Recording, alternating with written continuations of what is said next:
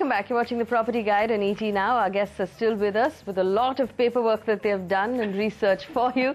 Now, remember last week we talked about Indore, and a lot of our guests pinpointed it as one of the strongest investment options in Tier 2 cities right now.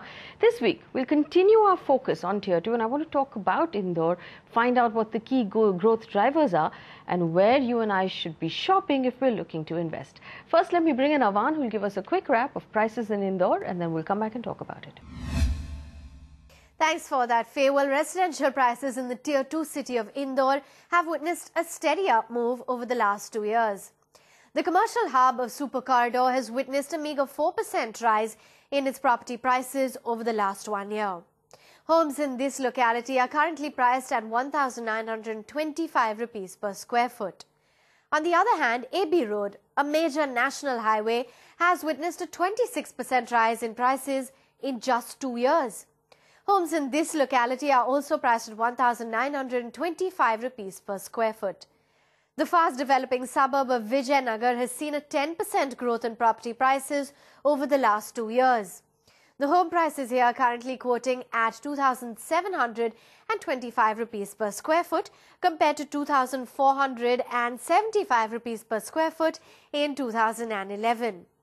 The posh neighborhood of Nepanya has witnessed a 17% rise in the property prices over the last 2 years.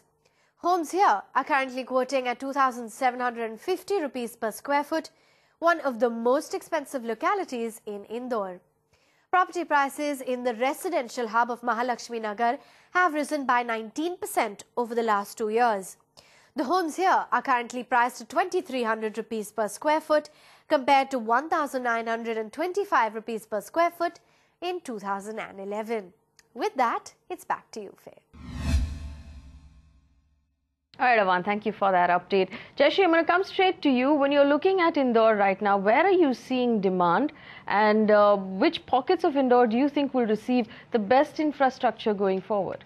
Indore is one of my favorite cities, and I always back it. If I look at the top 5 localities from the residential point of view, I think the Super Corridor is something that I see a lot of demand in. Super Corridor because there are distinct economic drivers that are planned in the city. There is IT, there is manufacturing, there's a lot of development that has been planned, and therefore the residential pockets are doing well there. Another area that I see, the AB Road, the Mahalakshmi Nagar, the Bypass Road and Napanya, these are the 5 top localities from my website where I see a lot of demand in Indore. All right, so I love the sound of a neighborhood that's called Super Corridor, but like we've learned on this show over the last few months, wherever there's IT, and we know Wipro and Infosys have picked up massive land parcels in Indore, is that the area we should be focusing on as investors, wherever there is IT?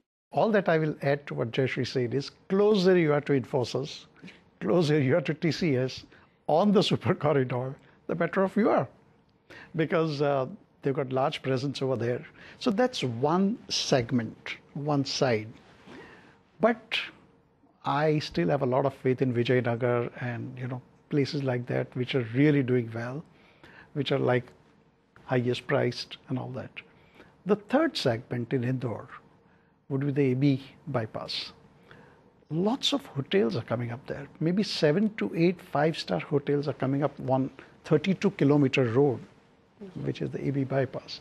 And even if you look at the developers, I think 4 or 5 very large developers have presence there.